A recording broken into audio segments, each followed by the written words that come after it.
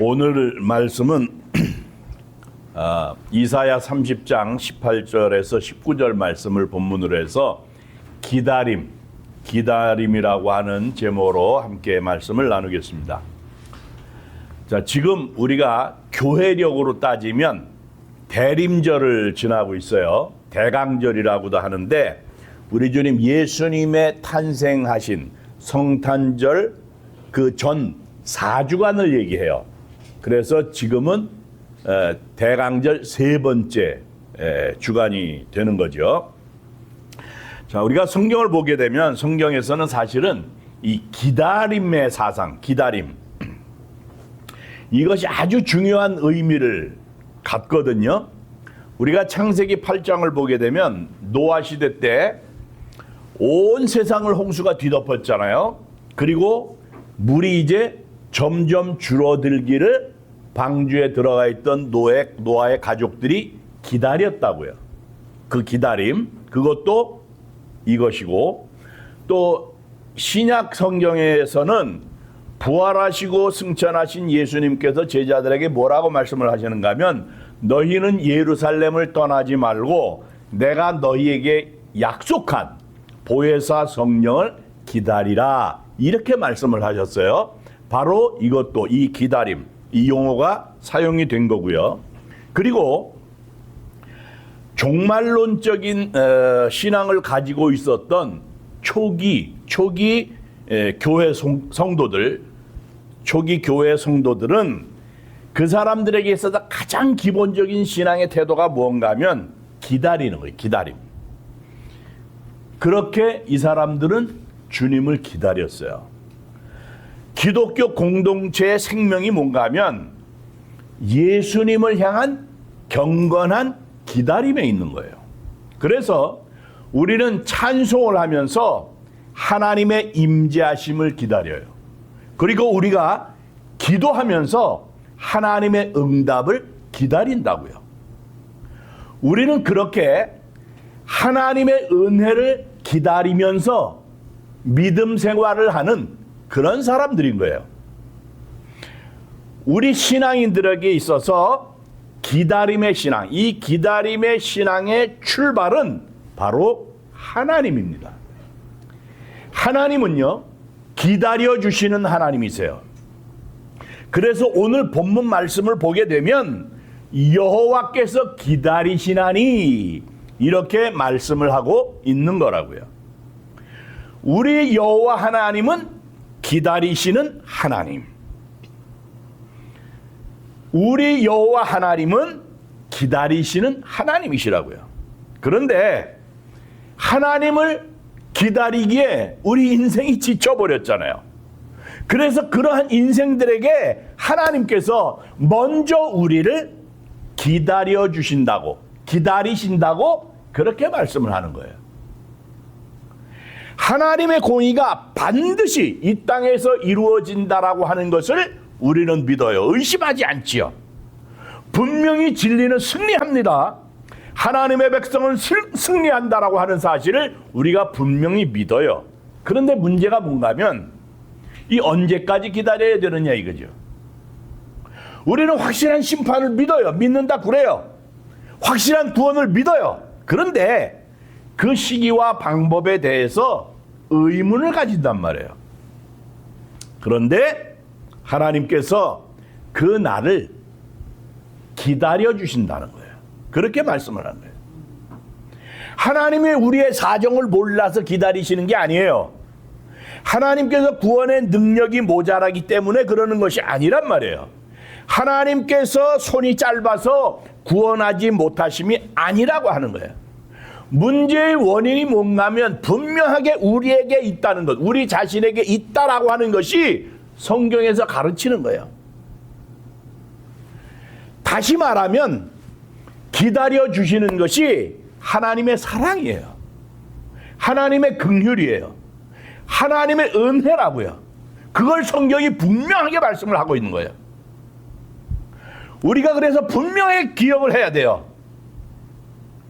하나님이 기다려 주신다.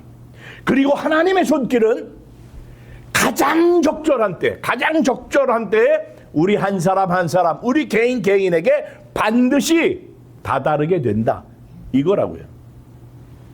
자, 여러분 이 시간 한번 우리가 생각을 해보자고요. 만약에 이 순간 역사가 멈추어 섰어요. 그리고 우리 인간들의 모든 불의를 하나님이 다 드러내신다고 한다면 이 시간에, 이 순간에 우리의 호흡이 다 멈추는 거예요. 우리의 임종이 닥치고 있어요. 그거를 한번 생각을 해보자고요. 그러면 우리가 정말 하나님 앞에 어떤 모습으로 서 있을 수 있느냐 하는 거예요. 내가 그 상황이 됐을 때 정말 하나님 앞에 설 수 있는 만반의 준비가 되어 있느냐, 그런 얘기예요. 바로 이 순간 역사의 종말이 임하고 지금까지 살아온 내 모습 이대로 우리가 하나님 앞에 선다고 그럴 때 우리의 영성이라든가 우리의 인격이라든가 우리의 신앙의 모습이 과연 하나님이 원하시는 아름다운 모습으로 갖추어져 있는가? 내가 정말 갖추어져 있다 이렇게 생각할 수 있느냐 하는 거예요. 그렇지 못하잖아요. 그렇지 못하기 때문에 주님께서 우리를 기다려 주신다는 거예요. 그러지 못하기 때문에 사랑의 하나님께서 오히려 참고 인내하고 기다려 주신다는 거예요. 누가복음 13장에 보니까 무화과 나무를 심고 3년이나 기다렸는데 열매가 없어요. 그러니까 주인이 땅만 버리고 있다. 찍어버리겠다는 거예요. 그랬더니 농부가 눈물을 흘리면서 주인에게 강청을 하는 거예요. 한 해만 더 참아주세요. 내가 걸음을 주고 열심히 가꾸어 보겠습니다. 이제는 열매를 맺을 날이 있겠지요. 하나님 조금만 더 기다려주세요. 바로 이것이 절실한 신앙인들의 고백일 거라고요. 오늘날 우리 교회의 모습이 주님이 원하시는 자리에까지 이르지 못했어요. 그렇기 때문에 하나님 앞에 기도할 수밖에 없잖아요. 보시자고요. 사탄이 얼마나 미혹하게 하는지, 사탄이 얼마나 역사하는지 오늘날 교회들이 주님 앞에 제대로 서 있지를 못한단 말이에요. 점점 더 심각해져 가고 있는 그런 상태 속에 있잖아요. 그렇기 때문에 우리가 주님, 우리 교회로부터 촛대를 옮기지 마시고 성령을 거두지 마시고 조금만 더 기다려 주세요. 조금만 더 우리가 절실히 해보겠습니다. 교회를 좀 더 사랑하겠습니다. 이 교회가 주님의 신부인데 지금 우리의 모습은 너무나도 미약합니다. 벌거벗은 모습을 가지고 있습니다. 어린아이처럼 철없기 짝이 없습니다. 그러니 좀 더 진실하게 교회를 섬기겠습니다. 주님 다시 오실 때 초라한 모습으로 신부된 이 교회를 돌려드릴 수 없사오니 주여 조금만 더 참아주세요. 우리를 불쌍히 여기시고 조금만 더 기다려주세요. 바로 이것이 우리 교회를 사랑하는 우리 모두의 진실한 기도가 되어야 한다는 거예요. 저 자신이 목회자의 한 사람으로서 하나님 앞에 기도할 때마다 하나님께서 저에게 걸고 계시는 그 기대가 있다라고 하는 것을 분명히 아는데도 불구하고 주님이 원하시는 아름다운 목회자의 모습을 갖추고 있지 못한 그것이 너무도 안타깝기 때문에 주님 좀 더 기다려주세요. 하나님 좀 더 기도해 보겠습니다. 하나님 좀 더 교회를 사랑해 보겠습니다. 하나님 좀 더 매달려 보겠습니다. 좀 더 피땀을 흘려 보겠습니다. 기도할 수밖에 없어요. 이것이 저뿐만이 아니라 우리 모두의 진실한 고백일 거라고요. 그렇기 때문에 하나님께서 그렇게 오래 참아주시고 기다려주시는 그 놀라운 하나님의 은혜, 긍휼하심, 그 놀라운 사랑, 그 사랑하심에 우리는 그저 감사할 것밖에 없는 거예요. 오늘 본문 18절 말씀을 보니까 하나님께서 우리를 기다려주시는 아주 중요한 이유가 나타나고 있어요. 18절 말씀에 뭐라 그러는가 하면, 그러나 여호와께서 기다리시라니 이는 너희에게 은혜를 베풀려 하시며 일어나시리니 이는 너희를 긍휼히 여기심이라. 대저 여호와는 정의의 하나님이시라. 그를 기다리는 자마다 복이 있도다. 이렇게 말씀했어요. 자, 18절 말씀 앞부분을 다시 보자고요. 그러나 여호와께서 기다리시라니, 그러나 여호와께서 기다리시라니 이는 너희에게, 우리에게 은혜를 베풀려 하심이라는 거예요. 여호와께서 기다리시는데 그것이 무엇 때문인가 하면 우리에게 은혜를 베풀기 위해서 기다리신다는 거예요. 하나님이 몰라서 기다리시는 것이 아니에요. 하나님께 능력이 없어서 기다리시는 것이 아니란 말이죠. 나를 향해서 좀 더 기다려 주시는 것이 나에게 은혜가 되기 때문에, 나에게 은혜가 되니까 기다려 주시는 거예요.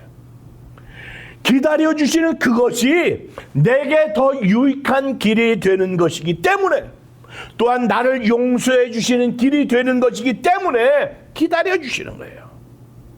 그것이 나를 향한 하나님 아버지의 긍휼이시기 때문에, 긍휼을 베푸시기 원하시기 때문에 하나님께서 기다려 주시는 거예요. 그래서 구약 성경은 하나님은 기다리시는 하나님이라고 우리에게 분명하게 말씀하고 있는 거예요. 그러면 여러분, 기다려 주시는 하나님을 믿는 우리가 어떻게 신앙생활을 해야 되겠느냐 이거예요. 하나님을 닮은 사람들, 하나님의 자녀들, 하나님의 형상을 입은 우리들, 당연히 하나님의 은혜를 또한 기다릴 줄 알아야 되는 거죠. 기다려주시는 하나님을 믿는 우리들은 당연히 놀라우신 하나님의 은혜를 기다릴 줄 아는 그런 사람이 되어야 된다는 거예요. 시편 37편 7절 말씀을 보니까 다윗이 어떻게 고백을 했는가 하면, 여호와 앞에 잠잠하고 참고 기다리라 그랬어요. 여호와 앞에 잠잠하고 참고 기다리라. 에이브라함 링컨 대통령이 대통령으로 있을 때 워싱턴 DC에 뉴욕 애비뉴 장로교회라고 있어요. The New York Avenue Presbyterian Church예요. 여기를 에이브라함 링컨 대통령이 자주 참석해서 예배를 드렸어요. 그 가족도 같이 예배를 드리고. 그런데 당시에 그 교회 목사님이 어떤 얘기를 하는가 하면, 에이브라함 링컨 대통령이 펴놓은 성경을 옆에서 볼 수가 있었는데, 아주 낡은 성경인데 많이 성경을 찾아서 읽다 보니까, 책을 여러분들 많이 읽으면 손자국이 나게 돼 있어요. 옆으로 이렇게 보면 손때가 이렇게 묻어서 자국이 있다고요. 근데 그 자국이 아주 짙게 나 있는 그 부분이 있는데, 그 부분이 어딘가 하면 시편 37편 7절의 말씀이에요. 여호와 앞에 잠잠하고 참고 기다리라. 그러니까 링컨 대통령이 대통령직을 수행하면서 이 말씀을 수없이 읽었던 거예요. 이 말씀을 수없이 읽고 명상했던 흔적이 나타난 거예요. 그분의 성경에서, 링컨 대통령의 성경에서 바로 그것을 발견할 수 있었던 거예요. 바로 그거예요. 잠잠히 참고 기다려야 된다는 거예요. 불평하지 말고, 원망하지 말고, 초조해하지 말고, 기다려야 된다는 거예요. 순종하며 인내하며 기다려야 돼요. 우리는 고통을 당하고 시련이 올 때 불평하고 낙심하고 그러는 가능성이 많잖아요. 그러는 것 대신에 합력해서 선을 이루시는 그 하나님, 그 하나님의 손길, 하나님의 역사하심을 믿고 기다려야 되는 거예요. 바로 이 고통, 이 시험 다음에 하나님께서 주실 더 놀라운 은혜의 축복, 이것을 기다리면서 인내할 수 있어야 된다는 거예요. 그런데 많은 사람이 기다리지 못하잖아요. 참지를 못한다고요. 그래서 하나님의 복을 빼앗겨 버려요. 자, 이스라엘 백성들 보세요.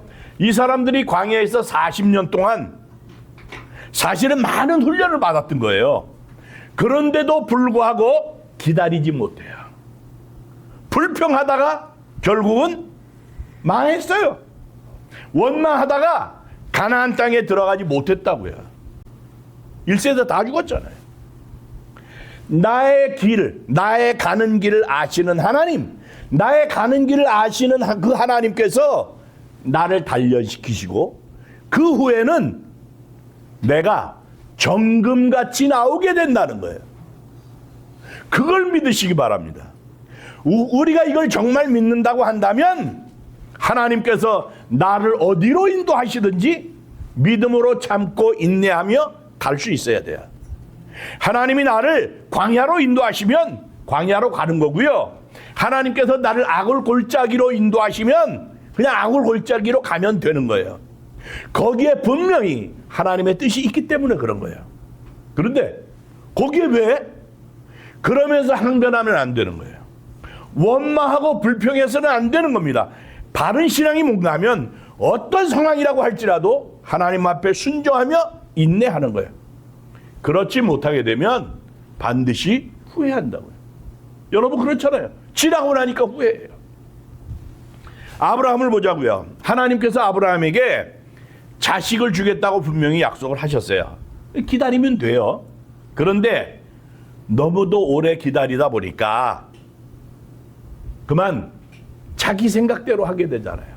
아내 사라가 그냥 하갈을 통해, 내 몸쪽 하갈을 통해서 아들을 낳자고 인간적인 방법, 그걸 선택을 했어요.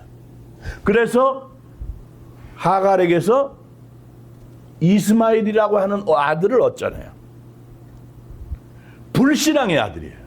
이 아들은 결국 하나님의 약속하심을 기다리지 못해서 그 한 번의 실수로 인해서 얼마나 큰 불행이 자초됐는지 몰라요.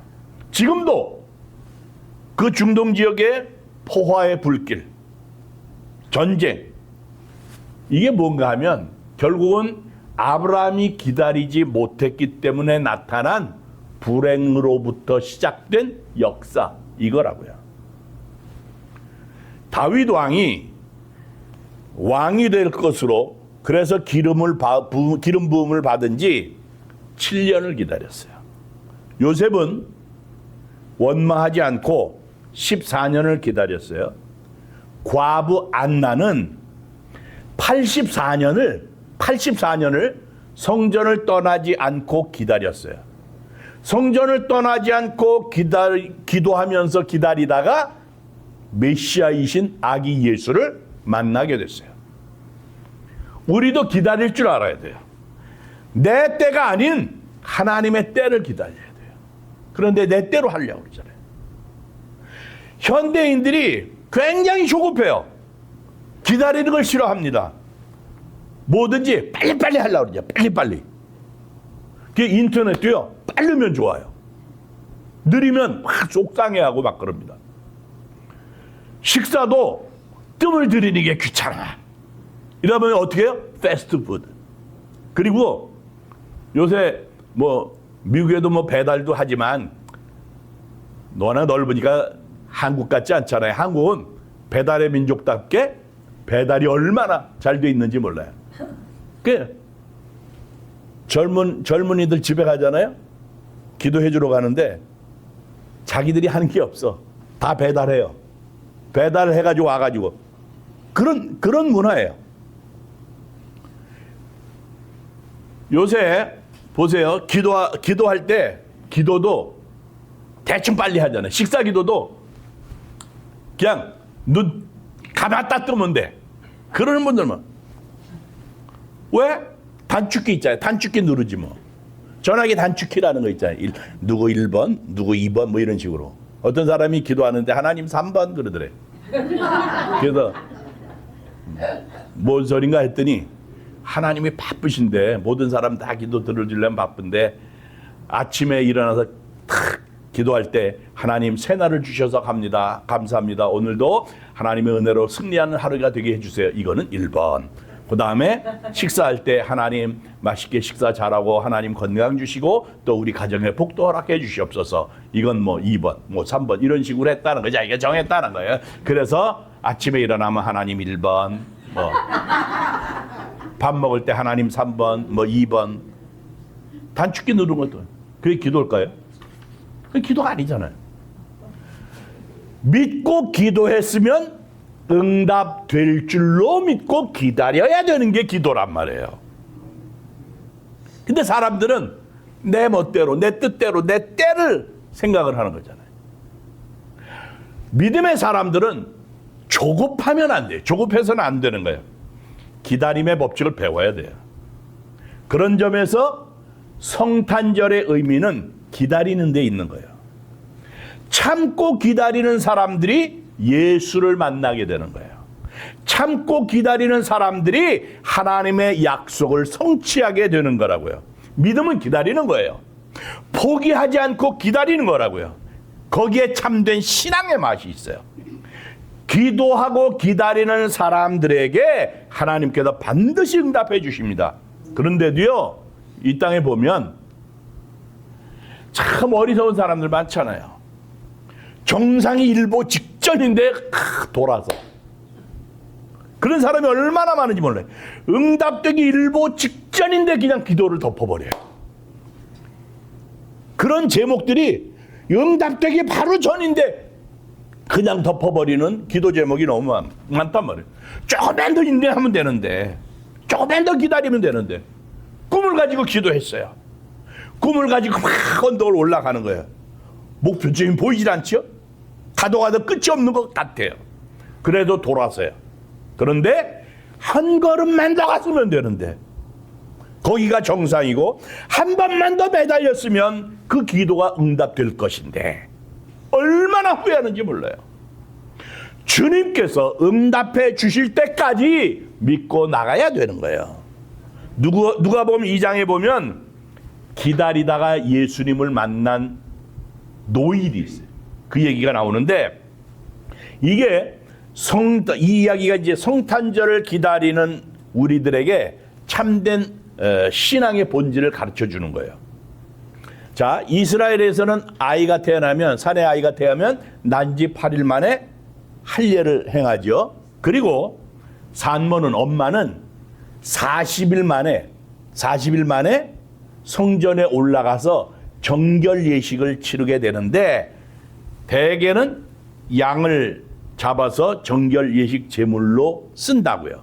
그런데 가난한 사람들은 비둘기 한 쌍을 가지고 가서 정결 예식을 해요.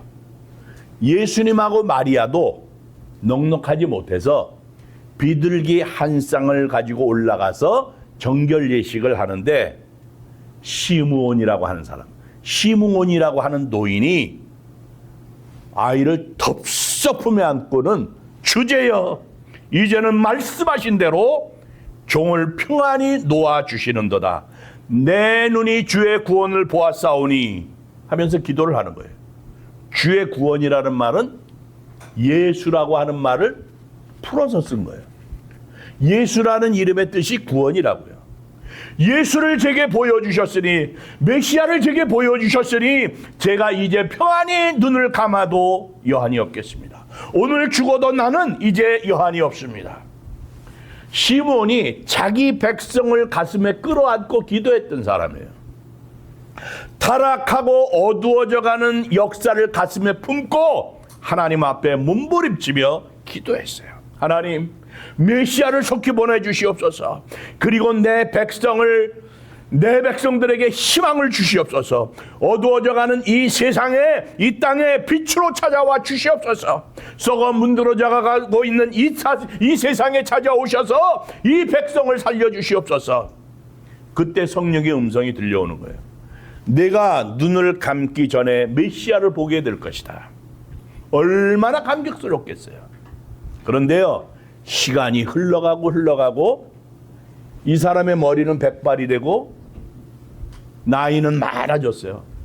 오늘 눈을 감을지 아니면 내일 하나님이 자기를 부르실지 모르는 그러한 상황이 됐어요. 그런데도 여느 때처럼, 언제나 그랬던 것처럼 성전에 올라가서 하나님 앞에 간절히 기도를 하는데 성령의 음성이 들려오는 거예요. 종아, 눈을 뜨거라.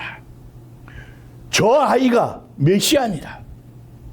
성경에는 없지만 시므온이 얼마나 감격했겠어요. 얼마나 펑펑 울었겠습니까? 아이를 품에 안고 울면서 하나님 앞에 기도를 하는 거예요. 하나님, 약속을 하시더니 메시아를 저에게 보여주시는군요. 예수를 저에게 보여주시는군요. 이제 평안히 눈을 감아도 여한이 없습니다. 오늘 죽어도 소원이 없습니다. 이 노인이 예수님, 아기 예수님을 품에 안았다고 해서 회춘해서 출세길이 열릴 것도 아니고요. 세상의 부귀영화 권세를 누릴 것도 아니라고요. 그런데도 그는 예수님을 만난 행복, 그 행복으로 감격한 거예요. 여기에 행복의 절정이 있는 거예요. 예수님을 만났다. 내가 예수님을 만났다. 메시아를 만났다. 내가 기도할 때마다 하나님이 임재해 주셔서 나를 만나 주신다. 하나님의 권능이 내게 임하신다. 바로 이것이 예수를 믿는 행복이라고요. 오늘 주님의 전에 나오신 사랑하는 성도 여러분, 예수님을 만난 행복이 무엇인가? 예수님을 만난 그 행복이 나에게 무엇일까? 내가 무엇 때문에 예수님을 기다리고 있는가? 무엇 때문에 내가 성탄절을 기다리고 있는가? 바로 예수님 한 분만으로 나는 행복할 수 있기 때문에 그런 거예요. 예수님 한 분으로 만족하는 거예요. 예수님 한 분. 아무것도 가진 것이 없다고 할지라도 예수님이 함께 하시면, 예수님이 나와 함께 하시면 예수 안에 있는 모든 것이, 예수 안에 모든 것이 있다라고 하는 것을 우리가 깨닫게 된다고요. 예수 안에 부가 있고, 예수 안에 행복이 있고, 예수 안에 기쁨이 있고, 예수 안에 참된 가치가 있다고요. 예수 안에 인생의 의미가 있어요. 예수 안에 보람이 있어요. 목적이 있어요. 우리가 이것을 알기 때문에 예수님을 기다리는 거예요. 예수님 한 분밖에 없어요. 이 세상을 다 가졌어도 예수 그리스도가 없으면 허무하기 짝이 없는 인생이라고요.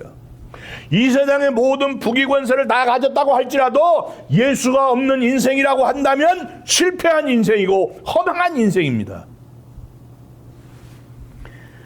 이 세상에서 기다림이라고 하는 것은 늘 고독하기 짝이 없는 거예요. 그런데 우리 신앙인들은 예수를 기다리고 살아요. 그 기다림이 결코 헛되질 않아요. 반드시 응답될 겁니다. 끝까지 기다리는 자에게 승리가 있습니다.